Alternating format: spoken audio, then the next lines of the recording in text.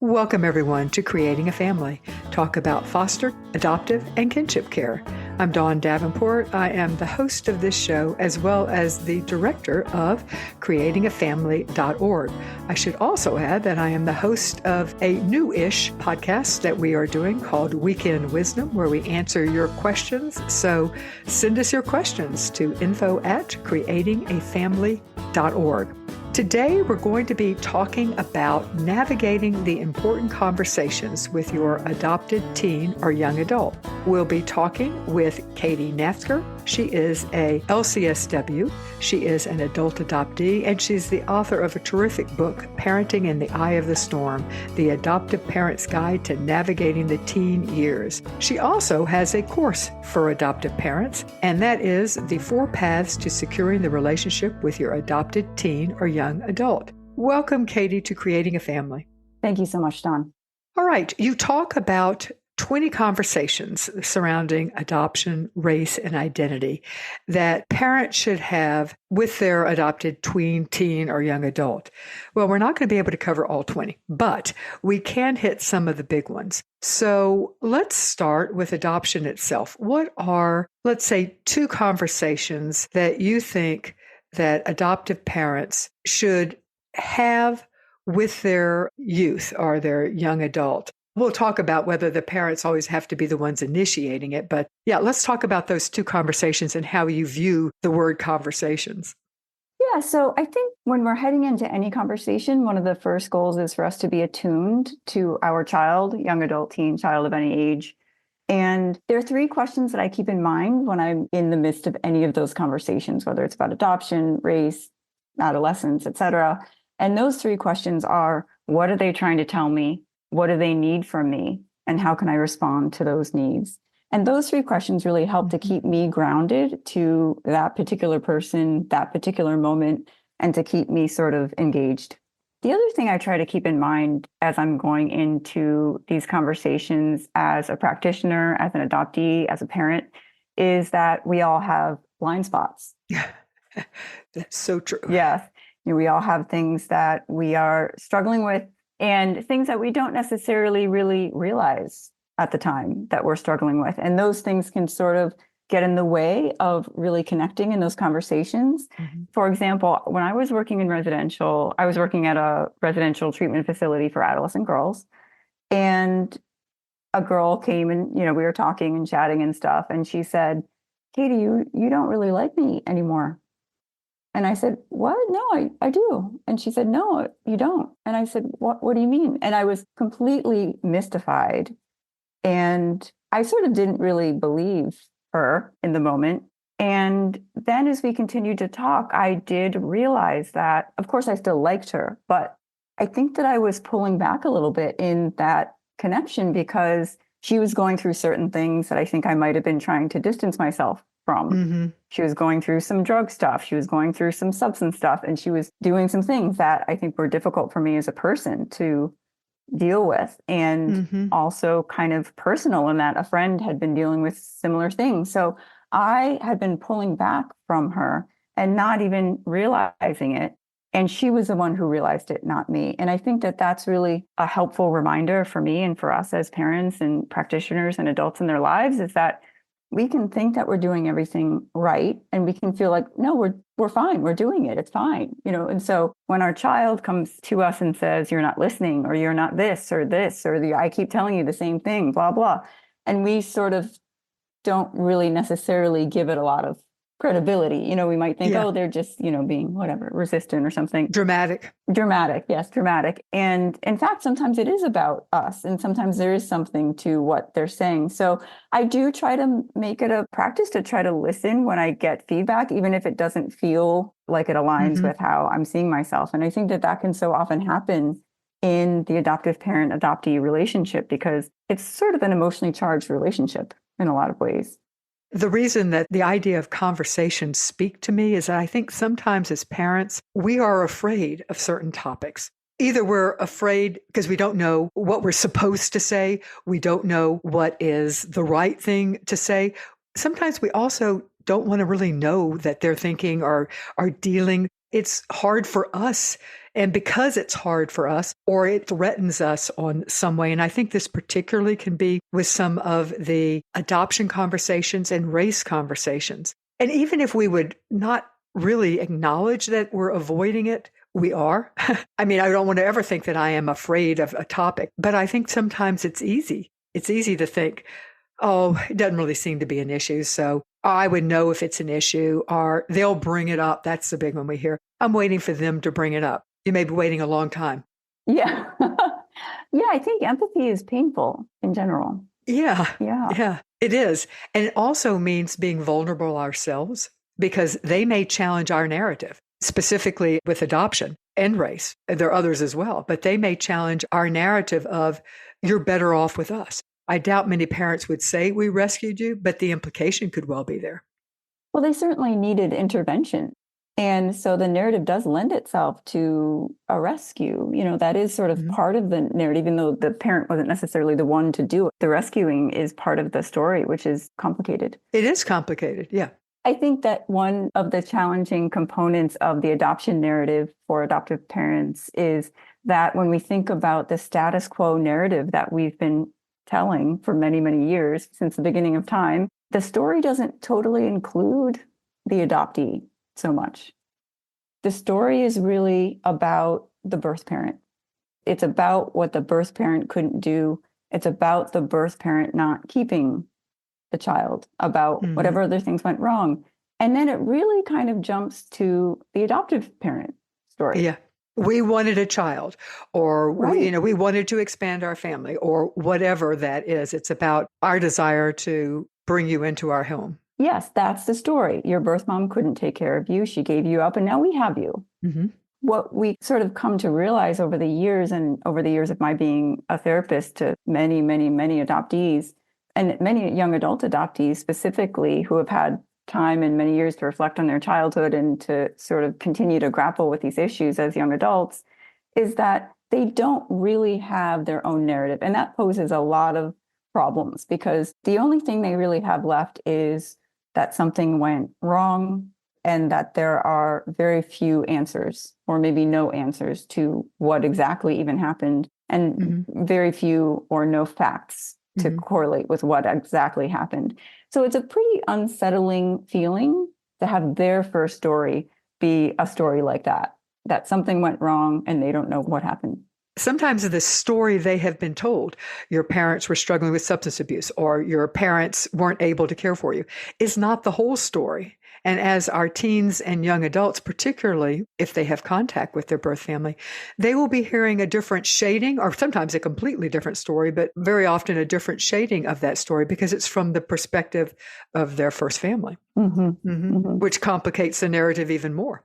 Absolutely. And even an agenda. Many adoptees were told that their birth parents died, let's say, and then they find out later that they didn't actually die. Yeah. That story was told for a reason, and not a reason that was in their best interest. That was more often, I think, in international adoption, but you're absolutely right. Did you know that Creating a Family has a library of free courses that are available to you to take to help you be a better parent to your child? They can also be used as continuing education if you are a foster parent or a kinship parent who needs continuing education credit. But even if you don't, they're terrific. They're 1 hour, they're free, and they're brought to you through the support of the Jockey Being Family Foundation. You can check them out on our website at bit.ly/JBF support. That's bit.ly/JBF support. Okay, so we know that the adoptee has often been left out of the narrative. Yes. How do we bring them in? What can we as parents do to help them establish their own narrative? So there are some conversations that tend to come up at some point that are really important to sort of capitalize on in terms of the relationship, if possible. And because we know that adoptees are in what we describe as survival mode in a way, because they're just trying to strategize to make sure that whatever went wrong before doesn't go wrong again. And so there is an element of strategizing that's happening a lot of the time for adoptees, even when they don't realize it. And so adoptees have their own agenda to make sure that they're okay, and they're taking steps to try to make sure that they're okay. So some of the things that come up are some version of, yeah, why didn't they keep me? Mm-hmm. Some version of that, or why don't my Yeah. birth parents visit me or want me, or, something like that, something Mm-hmm. about the rejection, something about being abandoned. And I think what's really important in terms of the relationship between parent and the adoptee is that they're not asking you a question. They're not really asking you why, because no one really knows why. They're actually telling you about their experience of not knowing. And they're telling you about that in a question form. So they're saying, why didn't they keep me? But really, they're saying, this is really hard for me that they didn't keep me. And this is what it's like for me. It's hard for me not to know what really went on. And I'm trying to tell you about my experience of living with the unknown. Mm-hmm.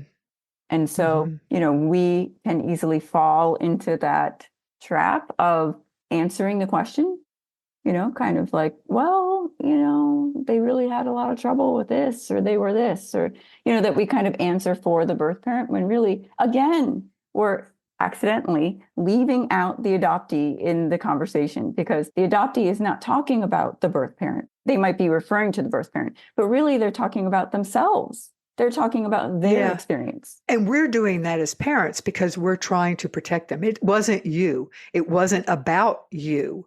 It was about them. You were a wonderful child. You were, blah, blah, blah. So that's what we're trying to do. But you're saying that what we're not doing is hearing that that's not the information they need from us. That's not what they are seeking in that conversation. It's not what they need. When we go back to those 3 questions of what are they trying to tell us, that's not what they're telling us they need from us. Because when adoptive parents say some version of, well, no, because it wasn't your fault, it wasn't you, it wasn't because there was something wrong with you. Yeah. I wish that was reassuring. I wish that was helpful, but unfortunately it isn't. And I think it can lead the adoptee to feel even more confused, because what we're really trying to empathize with is the fact that this is a convoluted story, right? Because this doesn't make sense. This story does not make sense that this could happen. And that's what they're trying to say. They're trying to say that this is a really convoluted story, and I don't understand what's going on. And in the course, I bring up a conversation where a girl asks her mom, well, how do you know my birth mom loved me? Mm-hmm. And the mom says, well, I know. And the girl says, how? And the mom says, a mother knows. Oh. And so here we have this girl who's really trying to understand a story that does not add up. And that's really the conversation. Wow. Imagine having your first story be a story that does not add up. It's not that the adoptee really necessarily blames themselves. They know logically that a baby can't be at fault for, their family falling apart, but they just can't figure out how to really understand it in any other way. Mm-hmm. So one of the conversations that we as parents need to at some point raise with our teens or young adults, if we haven't done, how do we raise the conversation? Let me put it that way, about how do you perceive the narrative of why you were placed for adoption? Is that how you would do it? How do you understand why you were placed for adoption, and how do you feel about it? Would that be how you would suggest parents start the conversation? I would be listening for clues about how they are thinking about the beginning of their life. Like if they're saying something like, well, I don't want to be rejected again, or, if they're sort of having some sort of offhanded comment about, well, I don't want to go to this party because what if no one likes me? What if I just don't belong there? What if, they're giving some sort of clue to some of the themes that come up in the adoption narrative, then that's possibly an opportunity to say, this feels like it could go pretty far back, actually, for you. Mm-hmm. So one of the things being rejection. Rejection, not belonging. Going to a place and not belonging in that environment with the people who are there. Mm-hmm. So looking for opportunities in their conversation, looking for opportunities if you're watching a show together, or if you've read a book that talks about it, or if they're reading a book, using that to try to understand if they're having those feelings. Yes. Mm-hmm. Yes. And I think one way for us to ask that is really like, do you ever think about this? Mm-hmm. Just literally asking that, like, do you ever think about that? Like what happened to you and stuff like that? Like, do you ever think about that? I think that there are some young people and humans, I guess, in general, who are going to be very verbal and are going to let you know what they are thinking. And I think there are others who are just more reticent by personality. It could also be because they don't think you're accepting or they think you're too fragile to handle the conversation. But it can also just be some people, they're just not going to be the ones who are going to be bringing it up. So looking for the opportunity, I think it's always much easier. But I like that, what you're saying, that if they're not bringing it up, what's wrong with just asking? Yeah, you can just ask. And you can hear that in my question. I'm not assuming that they are or aren't, because honestly, I don't always know. Sure. Sometimes I ask and they say never. Sometimes I ask and they have a whole, array of things that they've been thinking about that I would have had no idea. I mean, it's not, sometimes it's just under the surface. Sometimes all it takes is a question. I will say that if the relationship is struggling, then that's not a time to bring that up. I think one of the differences between younger kids and teens and adults is that when we get to the teen years and beyond, it really is not so much about our initiating it. It's about our taking their lead and respecting their boundaries. I mean, sometimes teenagers don't even really grapple with it until later. But it's more appropriate to ask younger kids, like, oh, do you ever think about, this kind of thing? I think also if someone is talking about an abandonment theme, an attachment theme, a relationship rejection, fear of not belonging, we can talk about that without actually referencing the adoption experience. Mm-hmm. So like I saw a kid, he was not a teenager, but I saw a kid and he talked about bringing this, I don't even know if it was a true story or not, but he brought this snake home. He saw it on the road and then he just picked it up and put it in his pocket. And when he got home, it was dead. Well, this was his story, at least. And Mm-hmm. I talked about, oh my gosh, you saw the snake and you feel like it needed someone, it needed you, and it needed like a home. And then it must have been so sad. You wanted to protect it. And it's just so sad that it didn't, so I'm Mm-hmm. not saying, is this like when you were, but I am still trying to get to the feelings that are involved in that experience. Mm-hmm.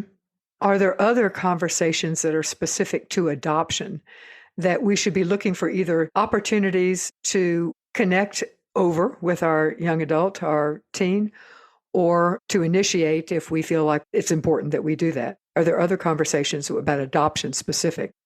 I think that one thing, there are two things about being in survival mode. One is the strategizing that I mentioned, that sometimes it can be helpful to acknowledge or point to that when a child is doing something where they're trying to get to a certain status or a certain thing, or, oh, if I don't do this, then they're not going to think of me this way, or, oh, I need them to think of me in a certain. If there's a lot of focus on what other people think, I think that can be a flag that there's a lot of strategizing going on. I think also the reason that they're strategizing is because it's so crucial for them not to be abandoned again, because they do associate that with pretty high stakes. And sometimes it can be helpful to just acknowledge that, wow, it seems like you're putting a lot into this decision. You're putting a lot into this performance, or how you do in this swim meet or something like that. Like it feels like you can't afford to make a mistake. You can't afford to be imperfect here. You have to be exceptional. And it just feels like that's a lot of pressure to put on yourself, given that you have so much going on in your life right now. So we're trying to help to generate some insight for the adoptee, that part of why they are putting such undue pressure on themselves to be perfect or to be beloved by everyone or to be seen in a certain way by certain people is because they feel like they need to for survival. Mm-hmm.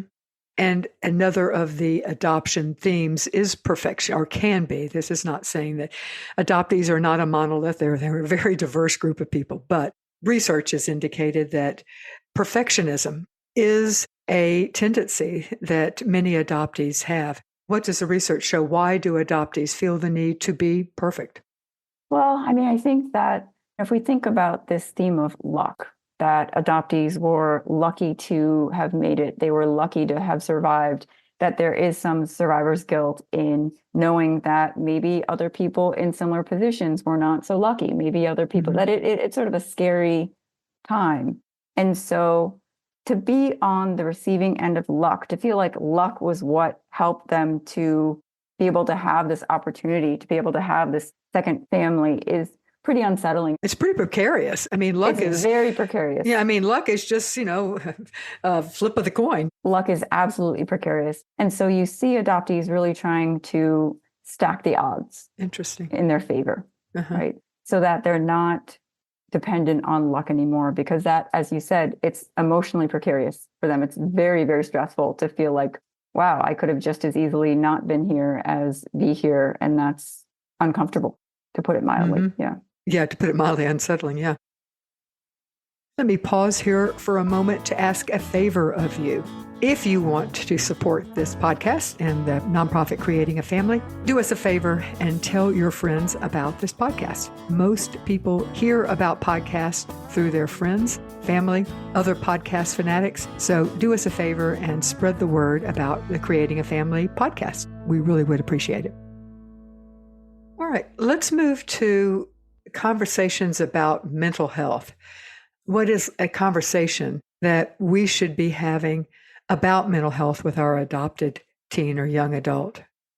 So, one of the big challenges, I think, for us in any conversation about something that our adoptee is struggling with in terms of mental health is trying to fix it, trying to make suggestions that, well, could you drink tea? Could you meditate? Could you go on a walk or listen to, I wish that was helpful. That would make life a lot easier. It sure would, because I could solve a lot of problems. You have a lot of ideas. I do.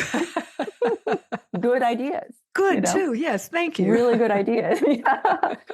But it's very complicated because the first goal for the adoptee is to feel understood and seen. And so if we're leading with, oh, have you tried this? Then they don't feel understood and they don't feel seen because they feel that the parent is not willing to get their hands dirty with them, not willing to stay in that dark, scary place with them. The uncomfortableness of the whole situation. Yeah. The uncomfortableness. Yes. It's very uncomfortable. It's a hard place to be. And the adoptee knows that because the adoptee knows what it's like, because the adoptee is in that place. And they're very sensitive to, understandably so, to any adult, whether it's a parent, whether it's a therapist, trying to leave that place too soon, trying to leave with a solution or leave with fixing it, or even minimize it. Like, well, you'll feel better tomorrow, or well, some sort of Yeah, exactly. Yeah. Or, well, it's probably because your teacher left and you're sort of trying to minimize it and saying that it's not a real issue. This is a transient thing. And so the message to the adoptee is really, they can't handle this.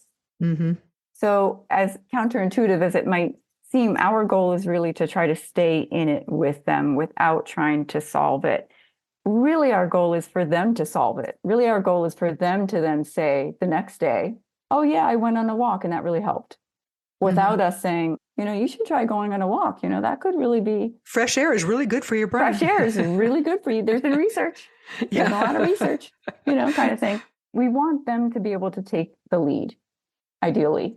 And it's very stressful because we sort of feel like they're not really taking the lead because they're in this situation. And so it just sort of seems like maybe they need our help. But once they feel seen, once they feel understood, this paves the way for them to feel more empowered. And once they feel more empowered and less alone, which is how people feel more empowered, is when they feel less alone, then they can start to move forward and they can feel a sense of a win for themselves.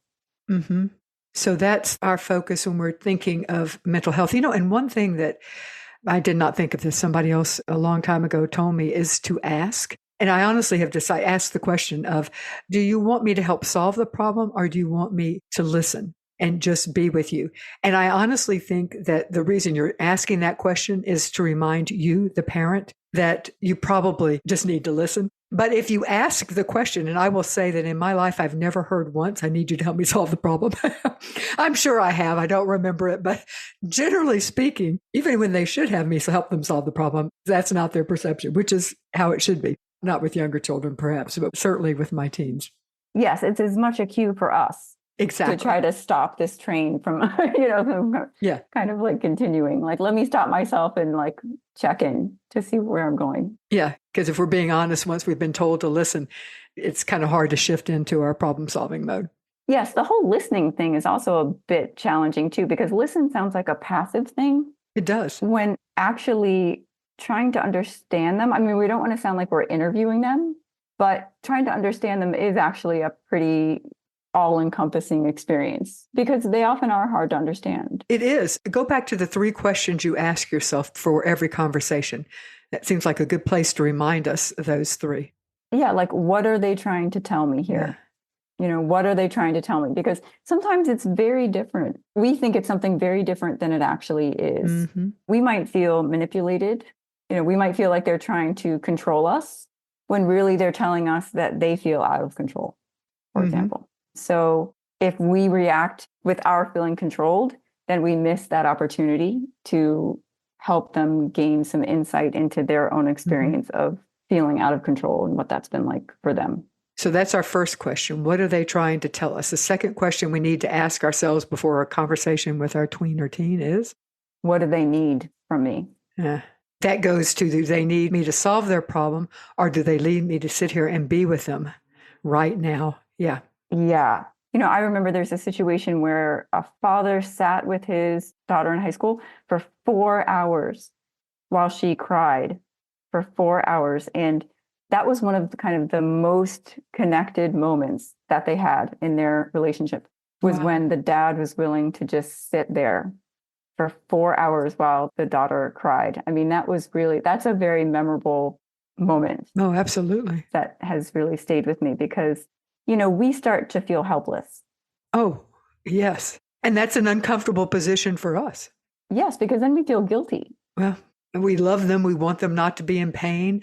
We want their pain to lessen so our discomfort lessens. Yeah, I mean, we wonder, is this our fault? Yeah. Did I miss something? Yeah. Like, is this because of me? Because I didn't give such and such, Or sometimes we become a little angry with them. Like, could you just get snap out of this? This has been going on forever, Buck it up. Yeah. And eventually they likely will. Yes. So what is the third question we need to ask ourselves? The third question is, how can I respond? And there's a certain conversation that I think comes up a lot, and that's what I describe as the coping conversation. And in many situations, empathy and reflection and insight and exploring and all that stuff is really important. But there are certain moments when that's not really what's most important. There are moments when something needs to happen. The person needs to go to school when they're sitting outside of the school, or the person needs to go to their swim meet. I don't know why I keep swimming. It's always about swimming for some reason. That's in my head. Whatever they're going to that they're saying that they can't go to or something, that we don't focus on what they're feeling, why they're feeling it, what has that been like for them. We're not exploring it at that point. I use the example in the course of a young woman who had an issue with her parent and was sobbing and said, I can't go to school. I can't go to my college class because look at me, I'm a mess. That is not the time for a connecting conversation. That's a time for, what, you got to pull yourself together and you got to do it. You got to see it through. You got to get back on track. Mm-hmm. And then we end it with the agreement that we'll talk about it after. I'm trying to say, I'm not just pushing her out into the world, never to be seen again. There's an after. So do it. Let me know how it goes and we'll meet and we can talk about how it all went. So I'm trying to offer some containment on the other side, but there are times when they have to do it. Whatever it is, the doctor's appointment or whatever thing they don't want to go to or don't want to be in that they have to be in, they have to do it. And that's a coping conversation. And that's fits in with the mental health as well, is that we as parents have to figure out, I guess, the distinction between, is this the time to listen, empathize, and just be with them? And then know that tomorrow or later today, or maybe next week or next month, they will come up with solutions or they will come to us to discuss solutions. But then there are other times where the conversation is, yeah, we can talk about this later, but right now, the doctor's appointment is here. We got to walk in that door. Yes. Because we'll miss our appointment. But we will talk about this again. We'll talk about the feelings behind it and how we can make this easier for you and everything next time. But yes, let's talk about this later today. Put a time associated with it. So we will get back to this. Yeah, let's talk about this after the appointment. Yeah. Yeah, because we want to value and prioritize their feelings, but not at the expense of functioning in their life to some degree. Yeah. So we don't want to send the message that, if they're feeling overwrought, they can then not do the other things that they're supposed to do in their, it's a little bit of a balance. too. It is, because we don't want to give the impression that they are fragile, that they can't function, Yes. because in fact, they are not fragile. They are strong. Or they need to become stronger. Yeah. Like even if Yeah. they're not strong enough, then, that's the Right. goal, is for them to become more strong and resilient.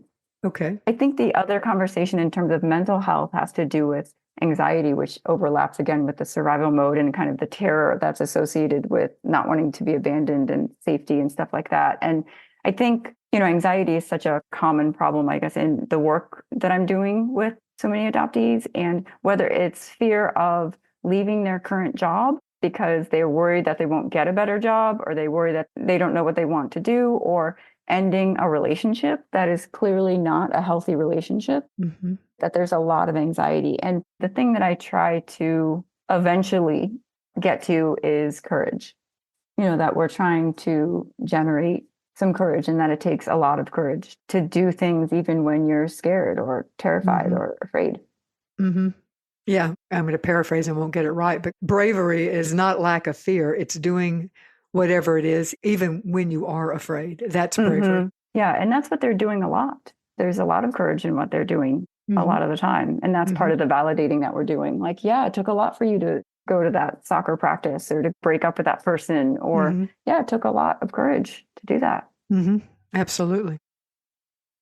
Let me take a moment to pause here to let you know about the Creating a Family newsletter. We send it out via email once a month. We curate the most important resources that we can find for you that month. Sometimes it follows a theme, sometimes it does not. It's free, it's easy. When you sign up, you receive a free guide. Right now, the guide is a prenatal exposure guide. So you can sign up at bit.ly/guide, then the number 2, prenatal exposure.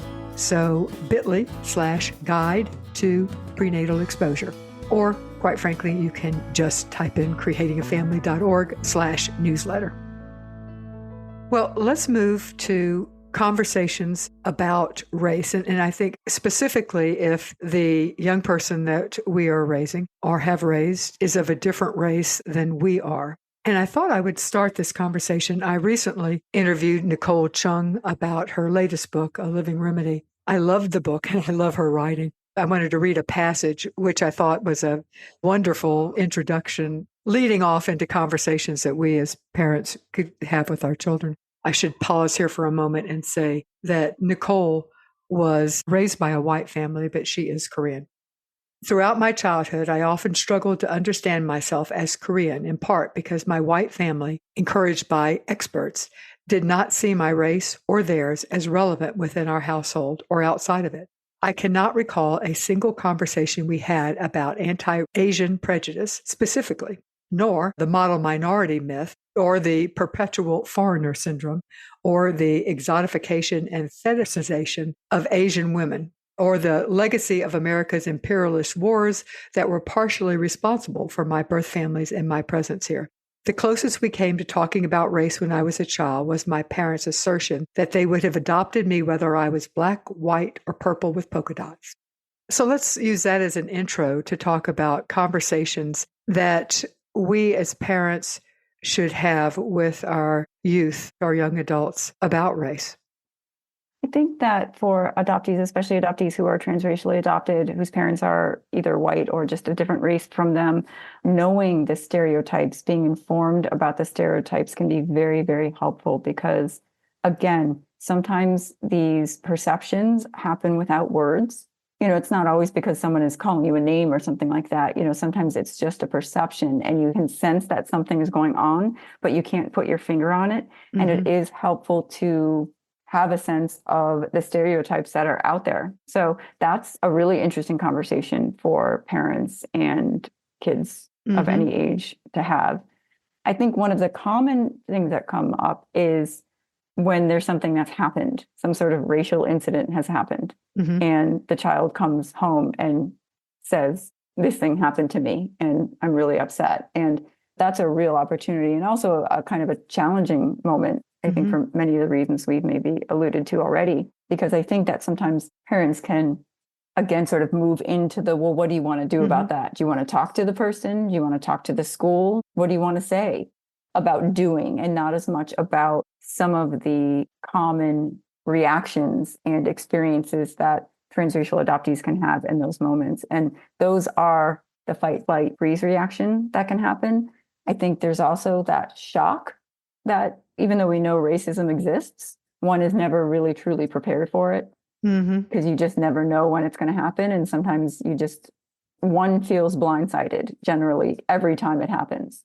You can't be vigilant every moment and kind of worry about racism. That's not a way to lead your life. And so you tend to feel a little blindsided. And when parents can say those words, it can be really helpful and useful for the adoptee. Like, wow, you must have felt so blindsided. Like, you probably were just like in your class thinking it was just like a regular day. And then this person says this thing, and it must have just come like completely out of nowhere. That is incredibly validating for an adoptee to hear from their parents. I think sometimes, too, that we're speaking of transracial adoptees, if we as parents have not experienced that racism, it is easy for us to see causes other than racism. Yeah. You think, that you didn't get invited to the party because you're Black. Well, that's not the only reason. Maybe they had a limit. They could only invite 10 kids. So you didn't make the cut, but it wasn't necessarily because you're Black. But that is so invalidating, even if that is a possibility, at least in the moment, if your child is hurt because they didn't get invited to the party, or Johnny didn't invite you to the prom. Well, it had to be because I'm Asian, as opposed to, Johnny has the hots for somebody else, that type of thing. Yeah. Right. Exactly. And in that case, well, I guess two things. One way for us to try to access that empathy is to think about and reflect on a time that we felt different. And if we can conjure up that time, then we will probably also remember times when someone downplayed it. Yeah. You know what I mean? No, it's probably just this, or I go through that too, and I'm not such and such. People tend to see the norm if they're part of the norm. I want to read another excerpt from Nicole's book, A Living Remedy, because you were saying that when our child comes home and says something, and she's talking about when your children don't come home and why they might not say something. And she says, as a child, I was too confused and ashamed to tell them about the ongoing racism I experienced. The slurs and taunts from kids, the prying and thoughtless comments from adults. I was trying to protect both them and myself. I didn't know how to explain to them that the colorblindness they claimed to espouse did not reflect reality as I knew it, that our experiences and views differed in part because I was Asian and they were not. I could no more make them understand how it felt to be a Korean American adoptee than they could transfer their whiteness to me. Thoughts on the lack of sharing, and how do we as parents let them know they can share? Yeah, and that's really devastating. I mean, I think that a lot of adoptees are in that situation, hopefully fewer and fewer. Yeah, I hope so. As people become more educated. Yeah. One of the things about that came to mind is that being the target or kind of on the receiving end of racism is humiliating. Oh, yeah. I can only imagine. Yeah. And so there's a lot of shame around it. Even though the person might not have done anything wrong, it's absolutely devastating to go through that and to feel that. And honestly, she might have been right. She might have been right that she could not tell her parent. You know what I mean? Yes, she might have been right. But for this, and also for the previous example, one of the things we're empathizing with is the not knowing that in many situations, unless the racism is blatant, which is devastating in other ways, you can't really prove it. And actually, you don't really know. You really don't know. And sometimes they don't know. That's what's frustrating. I was just going to say, the person who is not inviting you to the party or to the prom, they may not recognize what factors were at play. Just like when we're talking about gender, when we're talking about being a woman and thinking like, oh, is this person not respecting me because I'm a woman? Or is this person not, they wouldn't say that. They wouldn't say, yes, you're right. I'm not, They don't think that there's anything to talk about there. People don't always know what they're, and so part of what you're empathizing is the not knowing that you can't really prove it either way. I remember someone butting in front of me in a line. Going in front of me, this woman, she happened to be white, but anyway, she brusquely went in front of me, and I thought, now would she have done that if I wasn't Asian? Hmm. And I will never know that. She could have just been that kind of person. Who Hmm. knows? Or maybe it was because I was young. I don't know. But to have yet another factor where you're wondering, because they're already kind of wondering, is this because I'm adopted? Is this because, they're already sort of wondering about the other Hmm. things that are different in their life or kind of put them outside of the majority in their life. And to have race be another factor is frustrating. And so, as parents, how do we be the parents who are open to the example you gave is to use the opportunity if our kids come home and tell us? But if our kids don't come home, can we make the assumption that it is simply not happening? Well, unfortunately, I think it does happen Yeah. commonly. What's hard is that sometimes the adoptee isn't totally aware that it's happening, which is also devastating in another way. But I think that this is another time where you could simply ask the question. And the question would be, if someone were ever to say something to you that was racially offensive or do something that you felt like was racially offensive, do you think you would tell us about that? Oh, that's a good way to say it. Right? Yeah. Because they can answer the question somewhat truthful. I mean, you never know, but they can say no and Yeah. not have to admit that something actually went on. Yeah. And the other thing is that it's interesting when something is so normal that one does not think about it. Like, I know for me, I certainly got my share of racially offensive comments or situations when I was a kid. And I have to say, I did not think about that until grad school. It's not that I didn't know, I wasn't dissociative or anything. It wasn't like, oh, wow, that, I didn't know, I didn't block it out. But it did not really register. Oh, wow, that was a stressor. That when I would walk around my town, groups of kids, some black, some white, would say things to me. Uh-huh. It's just interesting when these things come to the surface and when they don't. Sure, absolutely. And it depends. And as you point out, it changes as our kids change. In this case, they're not kids, but they're young adults or teens. Exactly. There's another question that you could ask as they get older, which of course we're talking about teens and young adults, which is, do you ever think about being whatever race they are, like being Asian or being a woman or anything? Like, does that come to mind Hmm. much? Like, especially when they're starting a new job or a new school, because like when they're going to college, there's this tension about, do I join the Asian Association or Hmm. not? And that would be a good question, assuming that the relationship is going fairly well, Hmm. to ask, like, how much is being Asian kind of like something that is on your mind or comes up or? And I think a perfect opportunity is if our children are going to college to talk about when they're choosing a college. Yes. I've noticed that you're applying to a college that the percentage Black student is really low. Yes. Have you thought about choosing a historically Black college or choosing a college that, and I'm using Black as an example, you could also say Asian. Mm-hmm. Would that be something you'd be interested in? And maybe we should look and see, or choosing a location for a college that is more diverse. Mm-hmm. And they may say, no, I want to be closer to home. And, my boyfriend's going to this, whatever. They may reject your ideas, but I've always thought this. I'm sending the message that I'm open to this. I am not going to freak out if you talk about this. Mm-hmm. And they can always say, no, I don't really want to. I've had that very conversation with one of my kids about college. And no, that's not really what I'm interested in. And I thought, well, okay. But at least now they know that if they want to raise it, I can handle the conversation.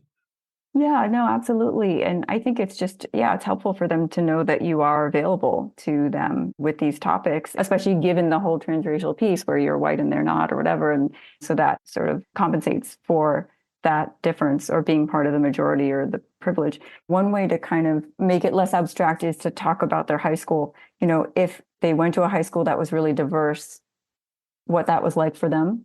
Mm-hmm. Because sometimes kids don't realize how important it is to be in a diverse setting. Oh, especially if they haven't ever been in a diverse setting. Well, either way. Either if way, they've good been point. in a diverse setting and they don't realize what it's like not to be in a diverse setting, or if they haven't and they don't think that it's important. Mm-hmm. And I think you could even consider mentioning a few examples of, it's not just that it's important or possibly important to have other people of color in the community.